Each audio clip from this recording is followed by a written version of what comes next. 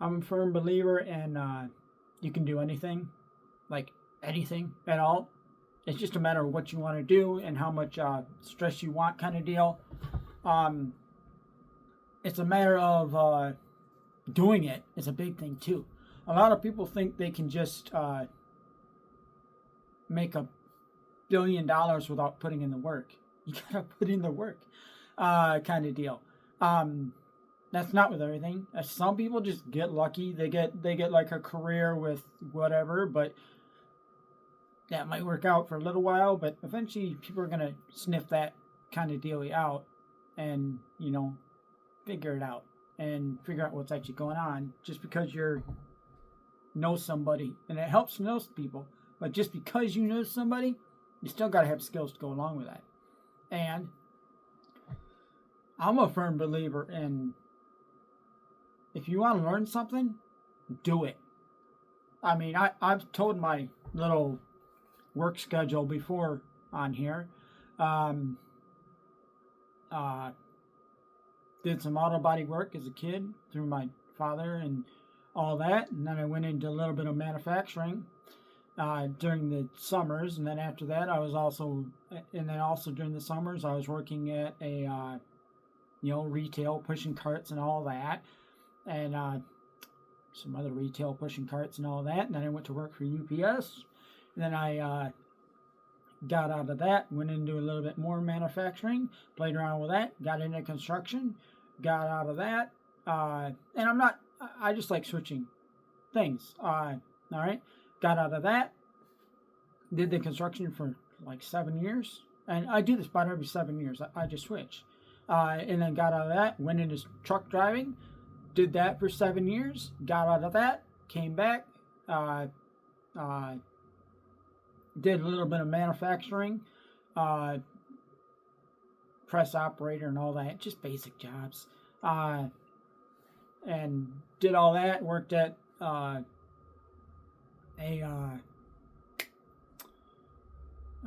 couple warehouses, ran a couple warehouses in that case, had my own little department, had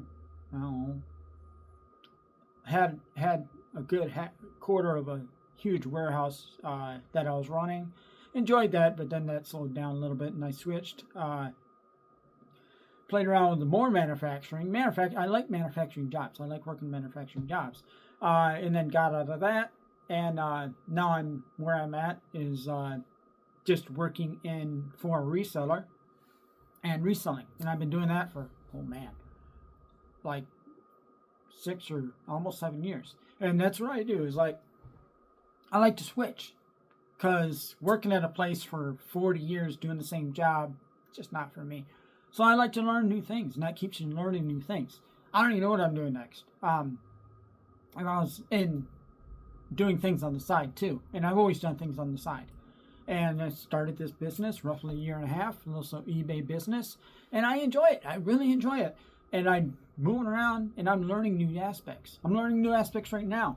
I'm looking into ship larger things, because right now my big things are all local pickup, because I'm trying to retain my 1-day window, but I'm learning how to do freight in that thing too, so that I can ship larger items and ship them palletized and all that, and learning freight and all that. And I'm actually not doing that till the next year.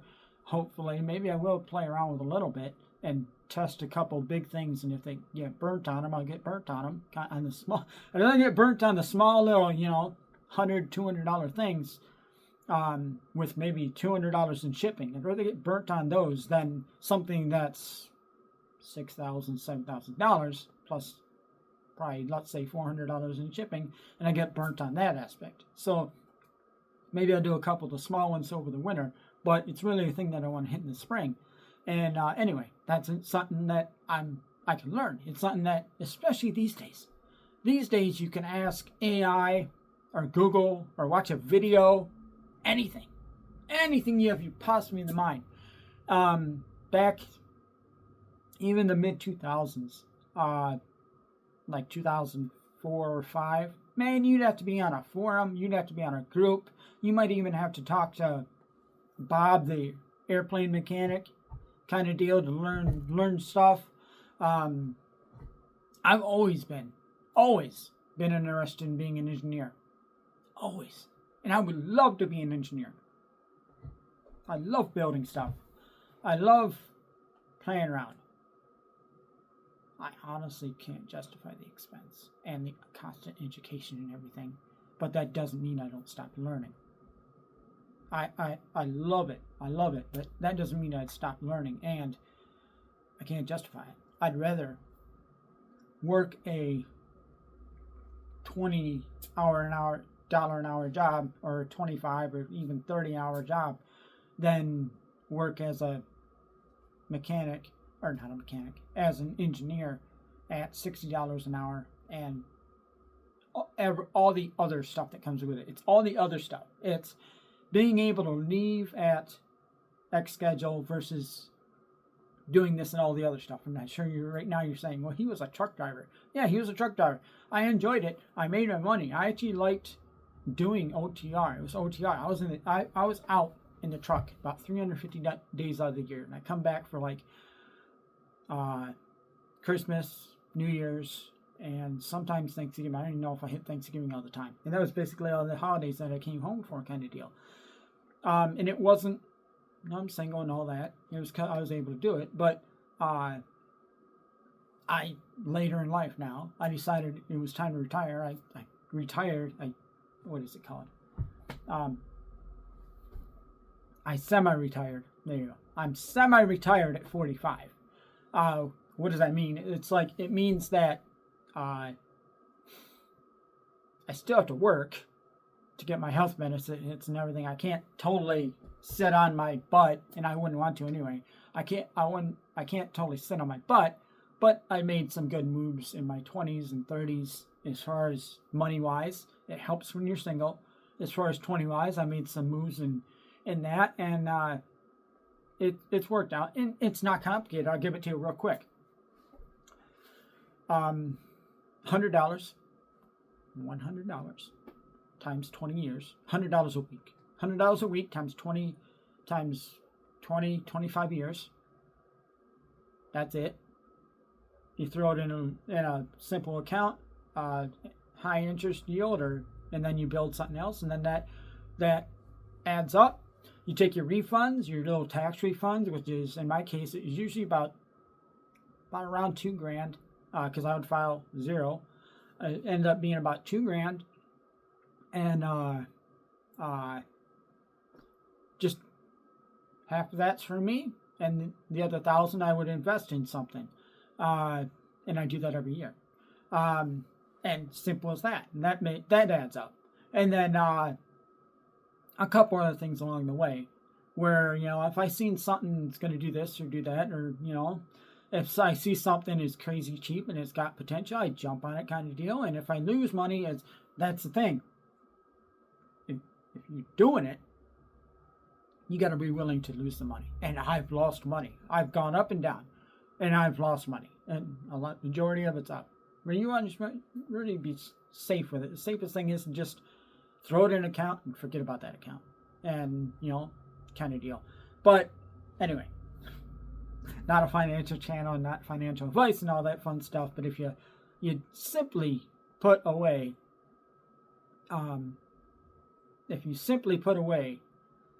let's call it 20%. And I know everybody's broke. I know, freak out. Don't freak out. If you simply put away 20% and live on the 80%, and maybe not even that, really, and live on 80%, you're good. And that's all your bills. And then you throw away the 20%, and then you're good. Ideally, and what I've done for years is you do, this is not what people say, but this is what I've done for several years. 20, 60. The math is great. Okay? Simple. 20% invested, 20% into savings, 60% into everything. So, and honestly, if you want to play around with that, you can go 50% is your bills. So your bills with a 10% buffer. Okay? And people are going to say right now, how do you live on that? Well, you do the simple math and say, how do I live on $600? Not six. How do I live? Yeah, you said your thing. How do I live on $300 a week? A week. So you budget this for $300 a week. How do I live on that? You know, simple as that. How do I live on $300 a week? Well, I'm sure somebody's going to be like, I spend $300 in groceries. Well, that's a mistake because you are not living at that level if you're doing this kind of deal. And I'm only talking like 35 to 45 grand here. Okay, I'm being realistic kind of deal as far as that. I think I'm gonna make like 40, 45 grand. I don't even look at my paycheck. I just know how much I need. Okay? And you got an alarm. I'm sorry, folks. There we are. But yeah, and yeah, I set alarms throughout the day to tell me everything I need to do, when I need to do it, kind of deal. But on that, you just make it work. So if I told you you only had a paycheck of $300 a week, what would you need to change? Okay? What would you need to learn to change? How about that? Because we're on the whole learning thing here. I try not to get sidetracked. What would you learn to change? Okay? If you only made $300 a week, no more, no less. I said that wrong. No more than $300 a week. How would you survive? What would you need to do on $300 a week? Okay, well, if you live in if your rent is $1,200, you can't afford it. You got to get at least one roommate, maybe two, to knock that down so that your rent comes down to about $600 or let's say $400 a month. Okay, now you're making $300. Let's call it $1,200 a month. 100 of that $300 goes right to rent. Okay, and then you have $200 a week. Let's say 50 of that goes into gas. Okay, and you have insurance and maintenance. No, wait, the maintenance is the other one. But you have insurance on the car. Let's say that's $300 a week.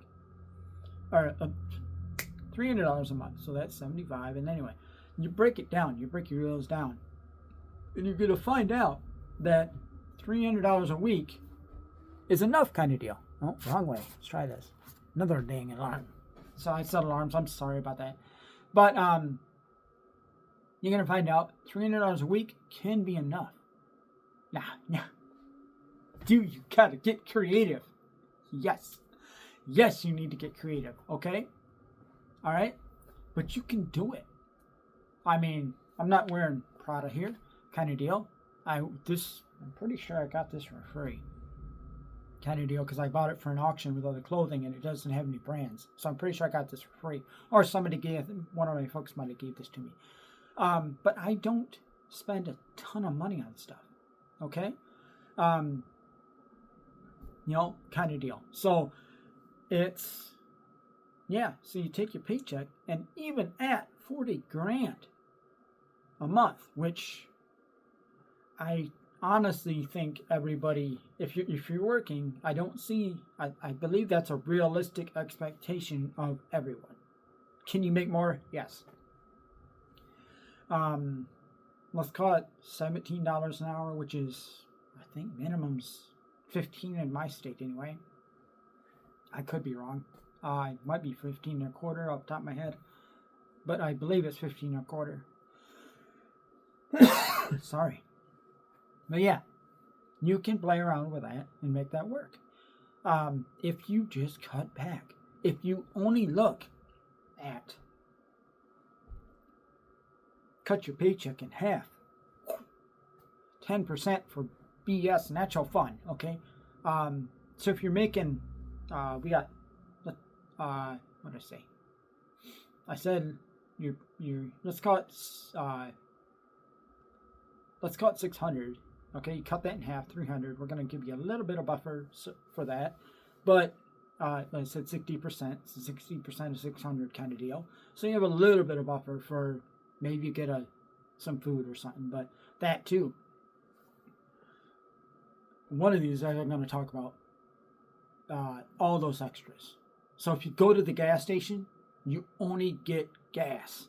Okay, you walk in, maybe you got cash in hand.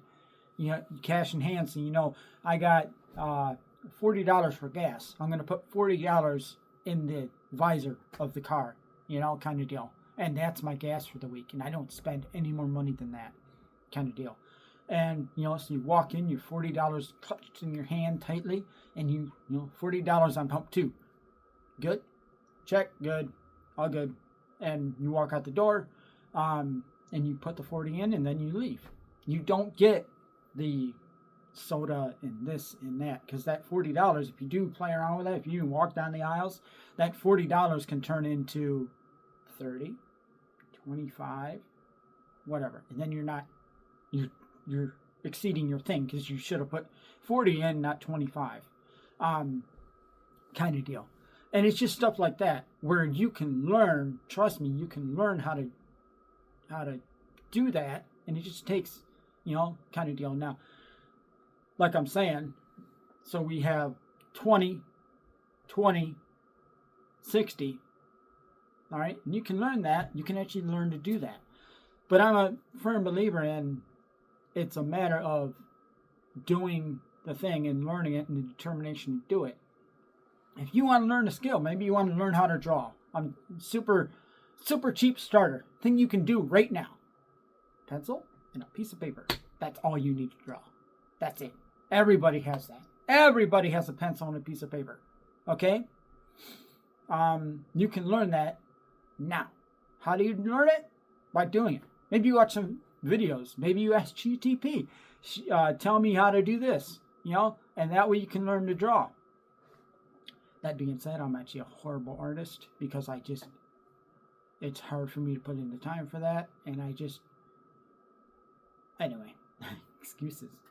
But I really should learn how to draw. That's something later in life I'll do. I'll commit to it. Like when I do something, I get deep into it. And if I start drawing, it's going to pull my focus from other things. So there's an excuse.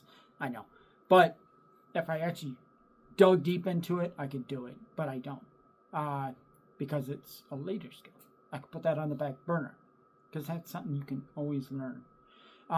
Gaming. Oh my God, I'm horrible at gaming. Horrible. And it's an activity that I respect. I respect the heck out of it. The people that can go through and speed run, stuff like that. Because I don't have it's hard for me to justify that amount of time for something that I'm trying to make money. I still justify money. I almost justify everything in money terms. So speed running for 8 hours or 10 hours is, and mind you, we're talking, you get that one run out of probably 600 attempts. So that's something that I just can't do. But there you go. If you want to learn how to do it, that's a skill.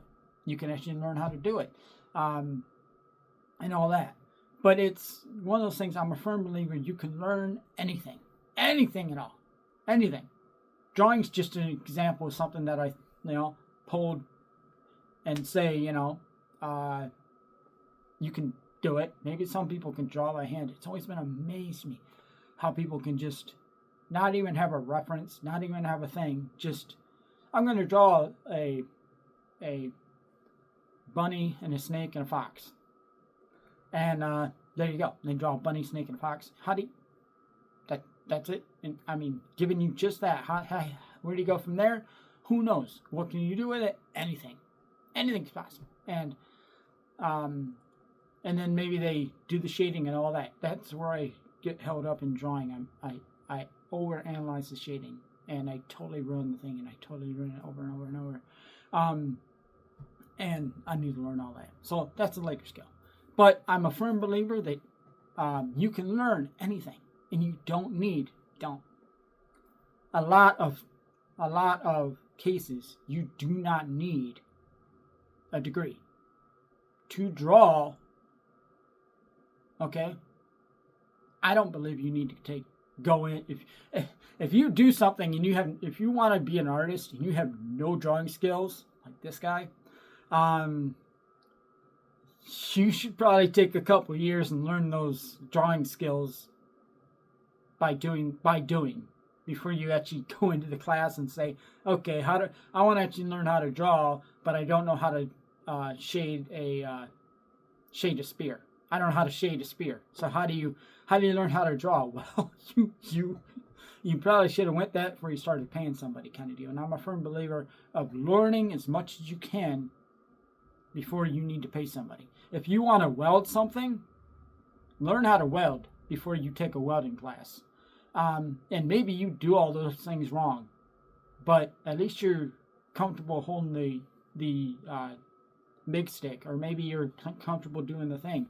Maybe you've learned that the hard way before you actually go into that and be like, okay, I want to actually do this, but I have no skill in doing this. And, now, once again, when I say learn it, I don't mean just go out there all willy-nilly. I have no idea what I'm doing. Why are my eyes hurting so much? Because I ain't wearing a mask, kind of deal. Kind of deal. And you gotta learn, but you gotta still get a little bit of background. You gotta watch some videos, and maybe you gotta ask GTP and all that, or ask your AI a little bit of stuff. You gotta come in a little bit. Don't be doing anything that you can hurt yourself with. But you can learn anything at all. I'm a firm believer. If you want to do something, you can do it. I used to bike a lot. And mind you, I've been in a lot of accidents. But I used to bike a lot. Down the trails, down the BMX trails, and I loved it. And I would also do cross country. I'd do like 15, 20 miles in a day, just for the hell of it. That was basically my Saturday. I would find trails and beat the crap out of the bikes and play around with that. And I loved doing it. But, I had about 3 times where I went the wrong way.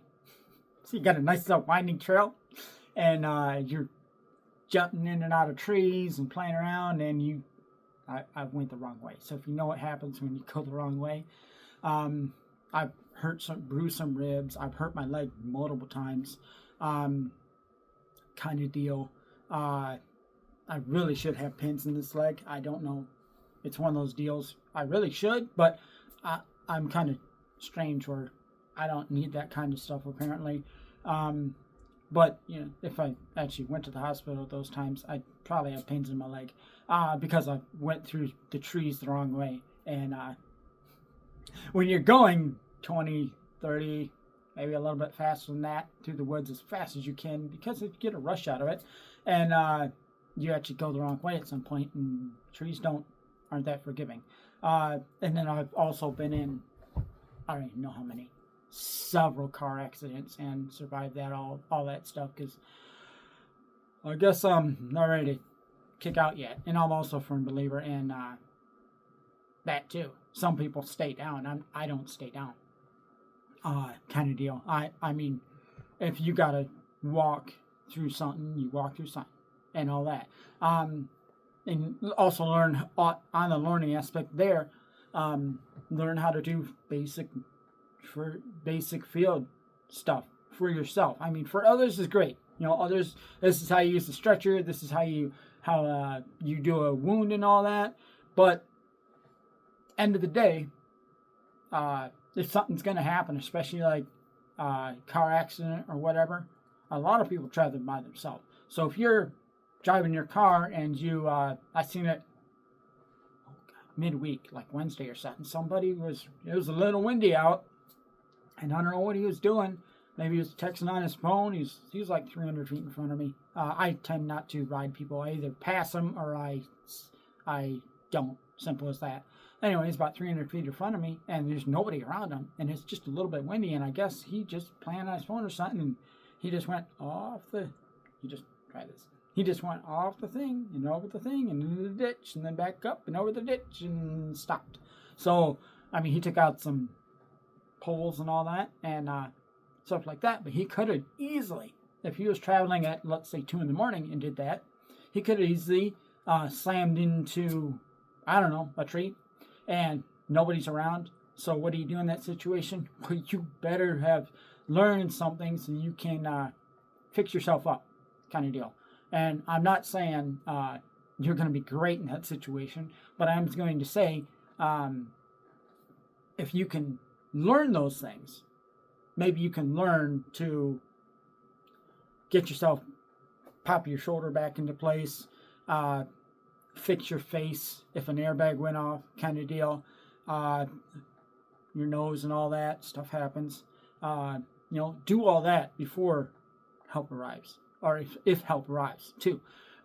Where'd your cell phone go, kind of deal, and all that. Learn how to do things otherwise. And same deal with maybe if that didn't happen, maybe you do something like you I don't even know. Maybe you put your four-ways on and all that. Some way to highlight, stuff like that. If you're on the side of the road and you need help, kind of deal. Put up your trunk, put up your hood. That's going to attract people right away. Versus, I'm on the side of the road, my four-ways are on. Well, that doesn't mean you're in the car. But if your hood up, if your trunk's up, that's going to alert people. Kind of deal. Better than just your four-ways. I'd still put your four-ways on, but that's still going to alert people. That's just one way of learning. If you're doing a tire change on the side of the road, which is always fun, I try to, if I get a flat tire, I'm not going to be doing it in the emergency lane. I'm going to pull off a good 4 or 5 feet, because you're going to have people whizzing by you at 85, 90 miles an hour. I'm from Michigan. And you're going to be whizzing by you 85 miles an hour. And if you're on the line, they're 2 feet away from the line on a good day. So you're going to want to kick that over a couple feet, even if it means you're in the other side's in the dirt. So the car's like this, sure, whatever. Jack it up a little bit more. Not ideal, but it's better than sitting in the road, kind of deal, doing the spare tire. Or you just wait for somebody, if it's like simple as that. But anyway, that's something you learn. You learn by doing. If you've been there, if you've been on the side of the road, you got the flat tire, you pull over, and then you like, well, I got to change the spare tire. I got to get it done. I've lost 2 tires in a single attempt. I hit a bumper.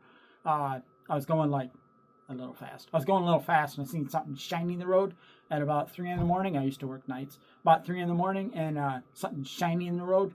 And I'm pretty sure I hit a bumper, because that's all it was, shiny. And anyway, put the car up. Good, like this. It was a lot, because it dang near flipped, and then it came down and blew my struts and everything. But it also put 2 fist-sized holes in both those driver front and driver rear tire. Anyway, so I had the front tire and the back tire, and I had a full size plus the spare in the trunk, because I always kept a full size, and I just kept the spare in there because I never knew. And yeah, I did both on the side of the road, but and luckily that happened in the morning, or like 2 or 3 in the morning, and I new kind of deal.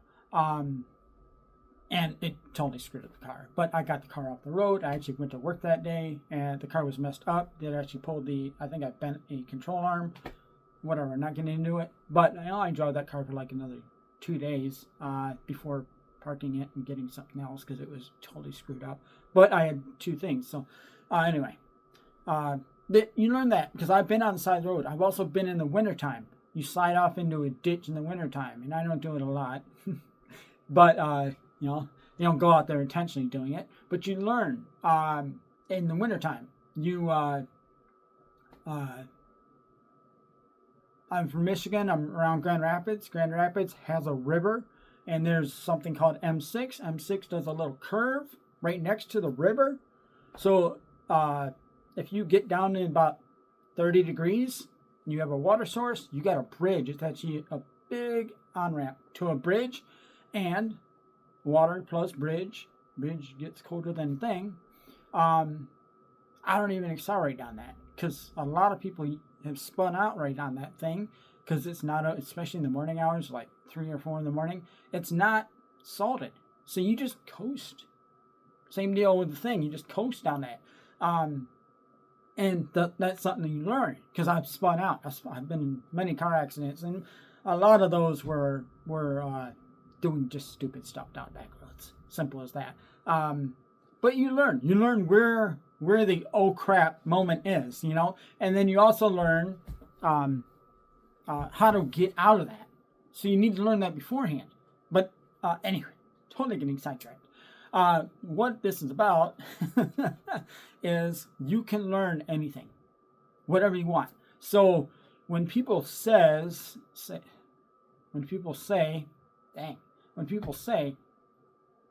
I can't do that, or make an excuse of why you can't do something, yes, you can. You just don't want to. Because these days you can learn anything. It's just a matter of, okay, do you want to? Do I want to draw? Not right now. I'll do it later. Kind of deal. That's a bit of an excuse, but it's simple as I have other stuff to do. That I have higher priority things than drawing. Well, I'm going to learn that later. But right now, the higher priority things take higher priority than the other thing, which I'm not going to make any money at it kind of deal. So I need to prioritize on the thing that I am going to make money on. And you just go for it kind of deal. But that's how life is. But you learn all these things. You want to, if you're broke all the time, learn about money. Learn about how people invest and how people budget and all that. How do other people do it? Okay, what do they do? Well, the little $300 thing, I'm not going out to movies. I'm sure as heck not playing around, and I'm sure as heck not eating out and all that. I am probably, for $300 these days, I'm probably going to work one job that's 8 to 10 hours, and then work another job that's 5 hours. And the reason I'm doing that is so that I can leave the one job. The other job probably starts 3 hours later, and I'm going to sleep in my car between the two jobs. I'm going to find a place for about 2 or 3 hours. I'm going to sleep in my car. And then I'm going to get out of the one job, go somewhere else. I'm going to sleep in my car between the first job and the second job, and go somewhere, get a shower and all that, change your clothes, which probably are in the car, and there you go. And probably do that 5 days a week. And then maybe you stay somewhere for the weekends, maybe couch surf. But that's how I'm doing it on $300, in case you're wondering. That's how you would, just an example of these days, that's how you would do it. And, and then maybe you stay somewhere on the weekends. I don't know. Fill in the blank. I'm sure you guys can figure it out. Learn. But that's, $300 a week. And if you do something like that, well, what have you done there? Well, you got 40 grand from the first job. And then let's say the second job's a part-time job, but you're just filling in the blanks there. You're staying out of the cold and all that. And the second job, you're probably making another, let's say 10. So even though you're making 300 now, it's actually closer to 5. Because you're working this, and you're actually saving between the two. You don't have $1,200 in rent and all this stuff. So you can actually go more than the 60-20-20 or 20-20-60. You can actually go more than that kind of deal and play around like that. That's how you do that. Maybe you got to work 2 jobs. I don't know. Fill in the blank what you got to do. Maybe you, instead of having a 1-income household, you have a 2-income household. Maybe you have roommates, and the other roommates, there's 4 roommates. So instead of 1 income, 2 incomes, you have, let's say, 6 incomes in that house because you got 3 other roommates. So you have 6 incomes in that house, kind of deal. Maybe one person watches everybody else's kids, kind of deal, and they're earning from the other people. That way, it allows the other people to do the 2-job thing or whatever. And I'll also, sometimes you got to do the bad stuff or go through the stuff, like I'm saying, the 2-job things to get to the easier thing. But everybody wants the easy thing right now. And I don't know. I have trouble with people that if you need to ask for help, I respect that. Okay? But if you're asking for help all the time just to ask and expecting people to help you, that's not for me. I have less because I have less respect for that, because if I'm a firm believer, if you're in a bad situation, okay, but you got to learn from that. If you don't learn from that, I don't know. I mean, maybe if you go out and you get a payday loan or whatever the heck you want to call it these days, and you get a payday loan and you pay it off, good for you. And you know that's probably let's say for you need $150. You're probably going to have to pay back $500 of that, okay, on one of those types of loans, all right? And you do that, and then your next paycheck, you're out $500 or whatever. You're out $500 of that, let's say $700 whatever paycheck. You're out $5 of that. So you're hurting because you only got $200 in your pocket now because you had to do that thing for $150, and you learned from that. Am I going to do this again? No. Or at least I don't want to. Or at least you go into there and you are feeling that yourself, where it's like, man, this is so dumb.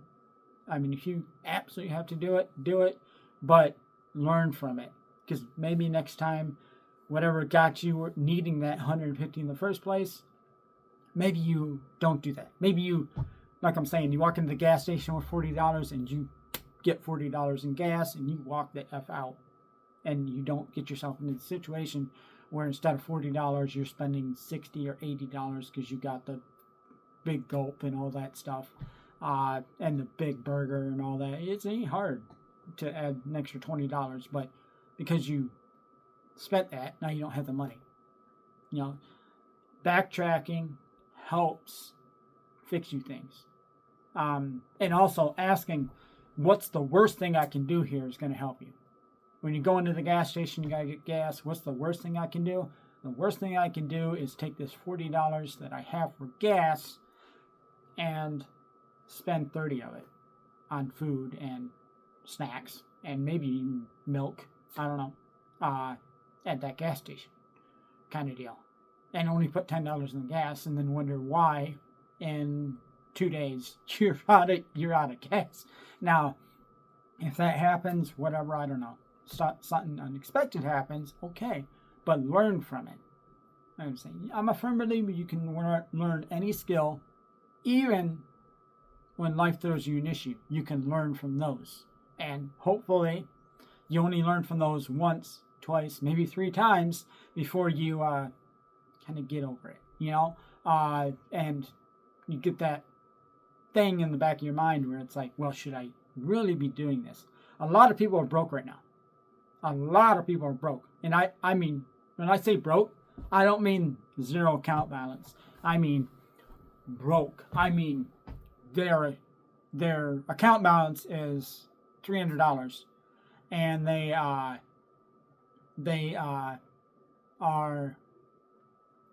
$12,000 in debt. They are so far from being in the black. They are this is the black. They're $300 is here. Great, get $300. Okay, but you got $12,000 in debt, and this is high interest debt. So this is actually closer to, let's say, $60,000 in debt. If you pay the minimums, it's going to probably take you $60,000 to pay that off. Kind of deal. Don't go with my math. I'm just making the numbers up as I go. So they're so far in debt. Okay. How do they fix that? They go out and spend $300 on whatever. They might be going out and spending, instead of going to the grocery store and buying $40 in rice and beans, okay, because they are poor. If you have more debt than what's in your account, you're poor. I don't think there's anything good, like good debt. I don't think there's a good debt. Now, can you use debt? Sure, you can use debt. All right.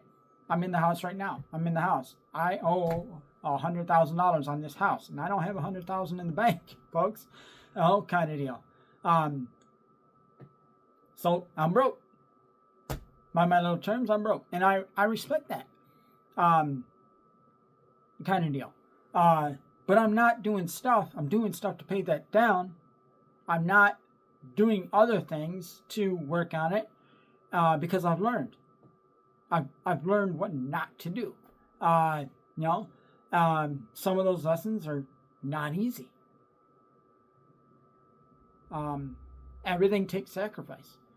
Am I going out and I actually gone out and bought a couple vehicles, but I do stuff like that, big old projects and such, and I've learned I got to stop doing that. You got to learn from those experiences because otherwise you could have played around. And another reason why I don't have the house paid off is I have a little bit of a stigma about the title being stolen out from under me and all that. And at least if I have the banks, maybe they can protect me a little bit if they have interest in that. Maybe I got a little bit of everything being stolen out from me if it is fully paid off, and then I find a for sale sign in my front yard one day, kind of deal. But it's a matter of, I think that's good debt to have, and the interest rate, I got a low interest rate too. So it's one of those deals where if I take what I have and I put this fully down, it's actually better for me to have that cash in hand and invest that better than paying this thing down. And I can make more paying this 4%. I can make more paying 4% on the house and keeping this and having this make me let's say 10% on this. So because I'm keeping this debt, I have 6%. Now, flip that. If you're on the other way, if the debt is 30% and your investments are only going to be, let's say 10. Let's say 10. Your investments are only 10, but your debt is 30. That's bad debt. So if you're down here, 4% debt, 10% potential investment, that's good debt. If you're up here, 30% debt, 10% potential, that's bad. You want to learn from that. And like I'm saying, I'm right here. I'm the 4 and the 10. Actually, a lot of mine are 30 because it's eBay. And if you want to start a business and make 30% interest, a realistic 30% returns, any kind of online business, I believe you should be able to make a 30% profit on if you're doing it halfway right. You should be able to turn like 1 into 10, and then after all your fees and then yada yada yada, it usually comes out to be about 30% net. Okay, I don't care about what it sold for. I care about the net. I care about the bottom line. So I'm talking 30%. Okay, and you can do that with a lot of those, and you can learn this. Once again, how do you do eBay? Well, you start out, you watch 3 months of videos like I did. I just watched videos. All I did is watch videos. And all that, then I found out what my plan was, what I want to sell, how do I get inventory, play around, and then refine the heck out of that. I made like 200 listings of CDs. Starting out, they're in the thing here. They're in the early, go all the way back to start. You can see I did like 200 CDs. This is how I shoot CDs. And I did like 200 CDs of different angles, photoing different angles of the CD. And I put those listings. I did like listings for like a month. And I was great at listing CDs. But you know what? CDs make like $1. And they cost like, I guess you could say they cost like $1. So that ain't no 30% kind of deal. So that's pretty much how you do it wrong. Now, if you can do masses, maybe you can get it up there. But anyway, that's something I learned the hard way because those 200 listings got gone. I didn't even play around with it. I just deleted them because I figured out it's not worth the time. I learned that the hard way. I'm still learning.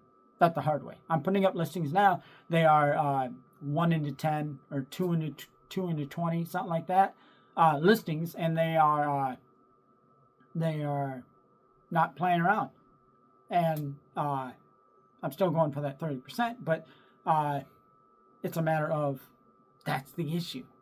Okay, is you learn from it. And like I'm talking in the spring, I'm learning how to do freight. Freight's going to open that up into $50 to $200 into $600 to $800. Okay? If you look at the thing there, I just went 1 to 6, which 30% is a little low, but yeah. And then you got to consider the amount of work you're doing too. Yeah. So 30% is the goal here. But if I make 20% on a high dollar item, I'm okay with that kind of deal. And it requires less work, I'm okay with that kind of deal. Everything's different. Everything is it's going to take you more work, or even though you make, let's say 1 into 10 on a cup, okay, you get your 30%. It's better to, and this has been a long time for me to figure this out. It's better to do the 50 into 500, and I think I went wrong way there. 50 into 200 and make a less percentage with less work. And that's taken me forever to learn, because I started out, I was like, I got my 30%, I got my 30%, I got my 30%. Well, you're doing that. And right now I'm doing the old inventory clean out kind of deal, making space, because I'm learning from all those, and I don't want those experiences. Now, if it takes me 30 years to sell all that stuff, great. But I'm not, I'm learning. That was a learning experience, and it's something that if I would have done more videos and done more stuff from the start, before actually starting, maybe I would have learned that. Maybe I would have saved that month of the CD thing and all that stuff. Because it's like, oh yeah, man, CDs cost me like 2 cents, and I can turn it into $8. This ratio works great, you know? And then you figure out what you got, and then you figure out all your stuff, and it turns out, yeah, everybody's doing this, and you're competing against people that are turning 1 cent into $1. And you're competing with it. So, kind of deal. So that's why I don't try to do media. I hate doing media because of that rule, and it's kind of a rule. That being said, there's a couple media I'm going to still list, but I'm better about it, kind of deal, and how I do it. Anyway, don't make excuses. You can learn anything. And that's why this is all over the place, because it's such a broad range and such a broad topic. But I do believe that whatever you think, you can learn, and you can learn it good today. You have so many resources, so many things to play around with. I was playing around with coding there for a while. I was just having a heck of a time with eBay development, and then I found out what I'm trying to build. They're actually building in like a month, and it was like, why am I wasting my time on it? I'm just going to wait a couple weeks, and they're going to come out with a thing that I'm making from scratch anyway. So I stopped doing that kind of deal, and that's why you don't see me doing the coding thing anymore. But I'm still playing around with that kind of deal in the free time. But it's something I learned. I learned how to code. I learned like not totally code, not deep, but I got the server set up. I got everything set up. I learned how to do all that because I just wanted to. That was more of a project than anything. And it was something that I just learned. Just, this is how you do this. This is how you do this. What the heck is SSH? Now I know. And all this fun stuff. How do you set up a server? I know that now. It's something that these days you can learn it. Learn anything. Kind of deal. And you want to do electronics and all that. You want to learn wiring. You want to learn simple. How do you fix a drywall hole in the drywall? There's a video on that kind of deal. Well, there's a video on it. It's great that you watched the video, but the hole's still in the wall.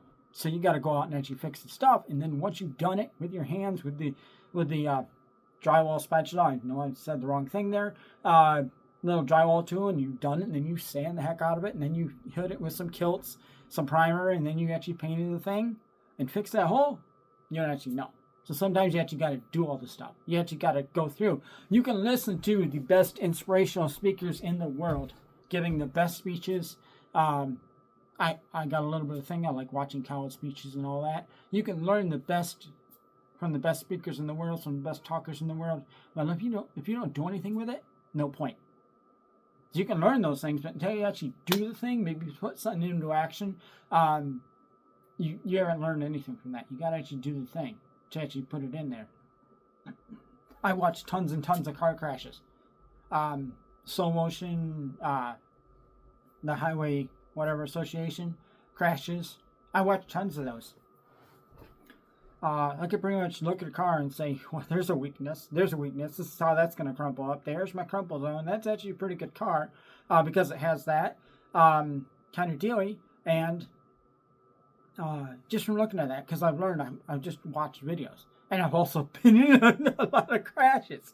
I've also been in that situation where I know, this thing's going to fold up. But you know what? It's a fun car. So kind of deal. But you learn from all that stuff.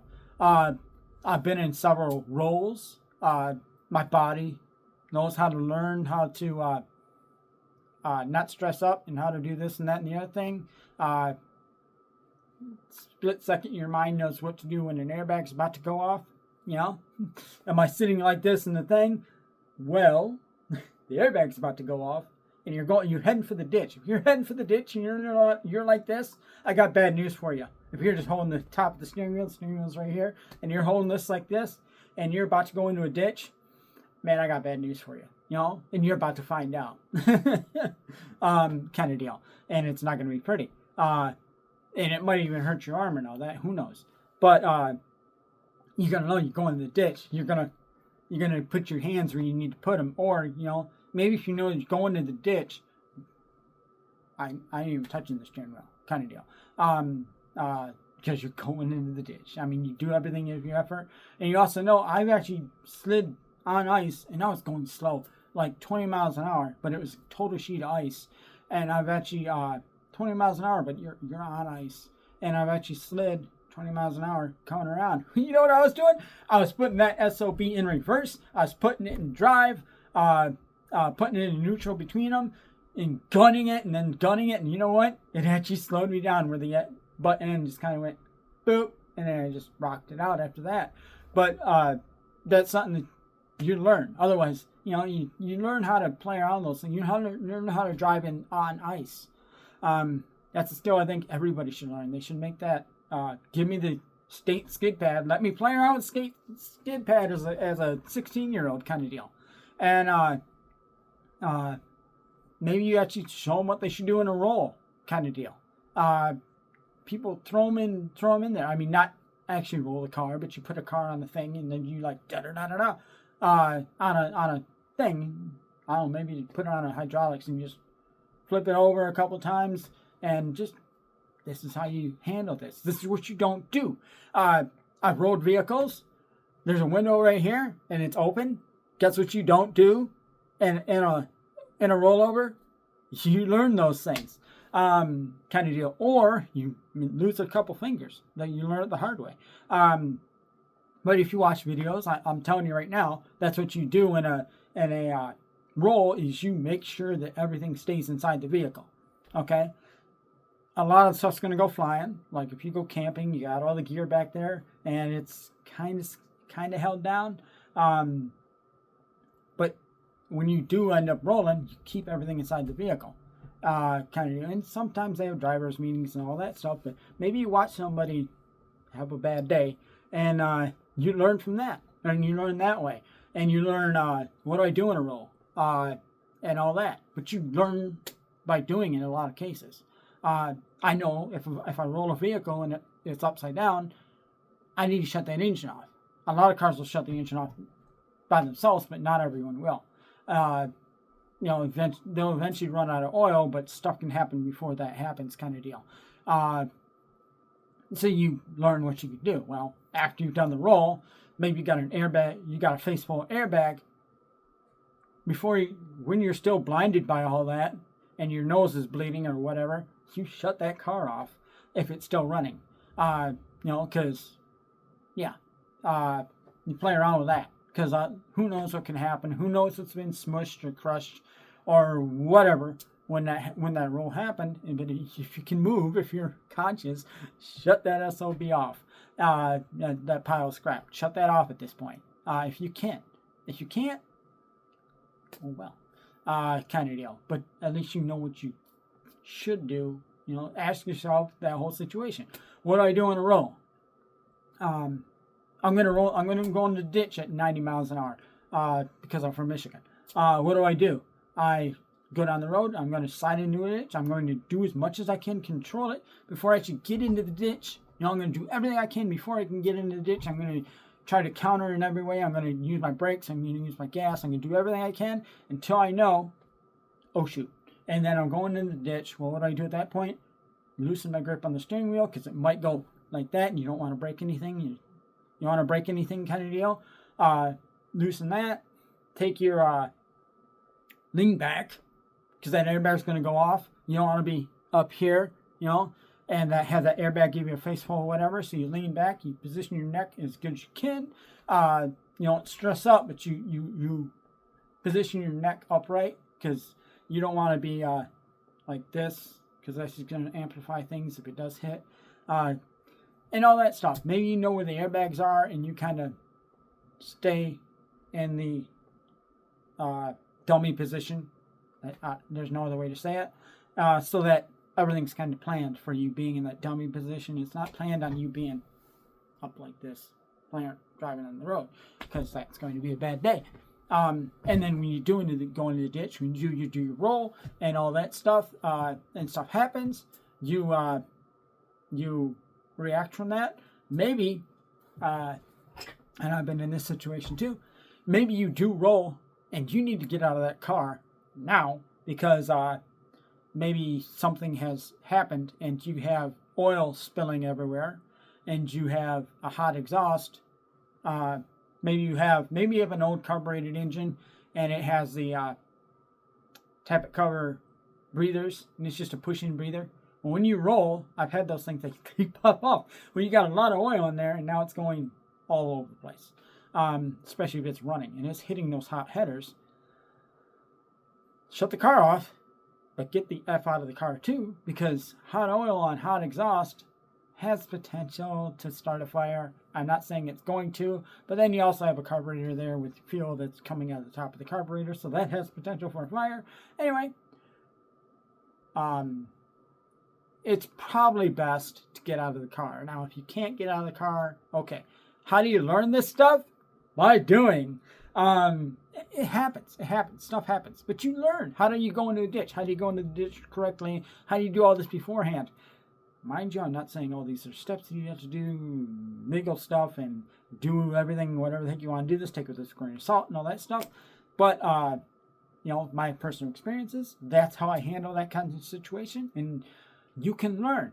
You can ask DTUP, how do I react when I know I'm going to go into a ditch? How do I react when I know I'm going to hit a tree? How do I, it's going to be like, well, that's not ideal, you know. While not ideal, the best way to handle this is to da-da-da-da-da. And you learn stuff before you need it. Or you do the wrong thing and you learn after the fact. I used to drift, or whatever the heck you want to call it. I didn't call it drifting. I called it kicking the back end around. And you can do it in a front-wheel drive car. And then the back end's, you're going sideways. And a little fun stuff, you know. Give me a nice dirt road. I have a little bit of trouble with all that control, which is why you won't see me on a motorcycle. And you learn all these things. How do I drive on pebbles? You got a nice dirt road with a whole bunch of pea stone, and they just graded it, kind of deal. How do I drive on that? Well, I can tell you what you don't do, because you'll end up going sideways, kind of deal. And you do a lot of coasting, and because if you take off, you're going to feel those wheels. They just be spinning because you are on marbles, kind of deal. Well, you learn how to do that. Well, how do you learn how to do that? Maybe you actually go down that road and experience. I mean, you watch videos and do it pre-hand, but maybe you go down that road, and instead of going it at 90 miles an hour, maybe you go down it, and you go down it at 20, and play around a little bit. Still be out of control, but you kind of get a feel of things when that back end's kind of getting sketchy. Okay? And you do that at a controllable speed, and you learn from that. Or you do it the other way and you shoot down the road at 70 miles an hour, and you're just kind of hoping, kind of deal, that you're not going to hit a chatter bump, which is going to make the back end fish tail. And maybe you actually do, you get a pucker moment at that point, and you have that pucker moment, and you're like, oh, okay, well, I learned from that. You can learn anything. I'm way over here. But you can learn anything these days. And there's so many ways. Or if I see somebody making excuses, you're going to learn by doing. You're going to make mistakes, okay? But when I see somebody making an excuse over and over and over and over and asking for help over and over on the same thing that they should have learned 4 times ago. They've done it probably 8 times now. Why are you still doing this? Why haven't you learned from this? Okay? Kind of deal. I don't drink because I haven't done anything bad from it. I just learned I don't enjoy it. And it's also, I'm cheap, so it's a huge expense. That $30 whiskey, or whatever, whiskey or liquor, whatever the heck you want to call it, bottle is, it's gas money, and talking there, you got your $40 in gas, and you buy the $30 liquor and a $10 in gas, and you run out of gas after a while. You learn from that.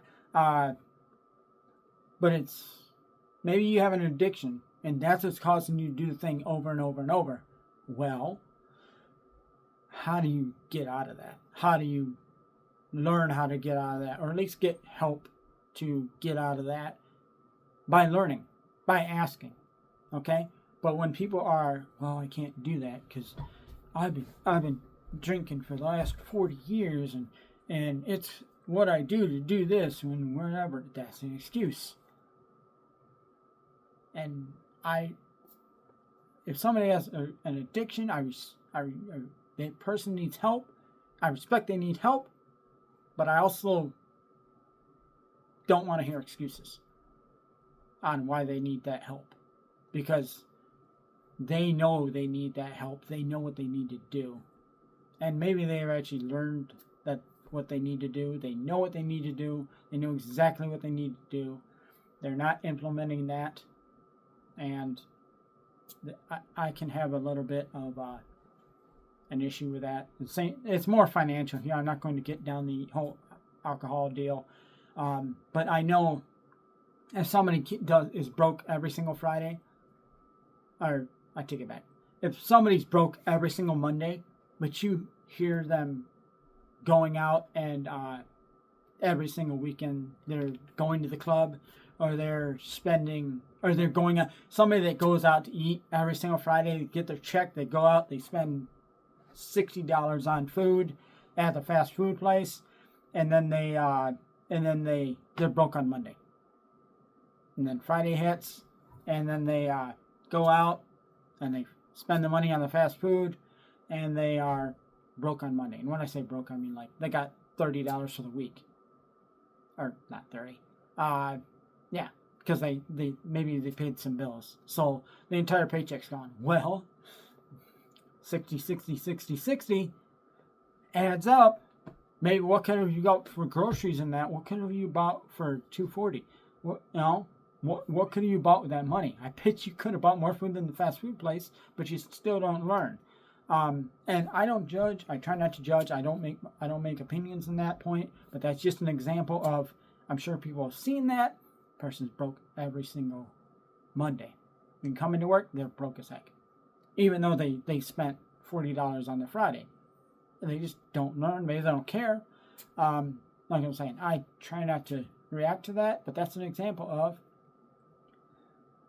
I'm not going to feel sorry for you come Monday if you're totally broke, because I was eating tuna fish on Friday, kind of deal, when I seen you go out. Did I want to go out? Yeah, I kind of did. I wouldn't mind getting $40, I don't know, big old sub with meat and a pound of meat and cheese and everything else and all that stuff, and a side and a big old soda. I'd love to get that, but I've learned not to do that. Kind of deal. And I know what the thing is from doing that, and it's hard to justify that when I know that, because I've learned. I've been there. I've been broke, and I've been in debt, and I've learned all that stuff. And you learn, like I'm saying, you learn. And people does the same thing for 20 years, and they've learned along the way what they need to do to get out of that. And maybe they've started doing things, and they still haven't got out of that. Yeah. Anyway, you can learn anything, you can do anything, and everything else is an excuse. So, thank you, folks.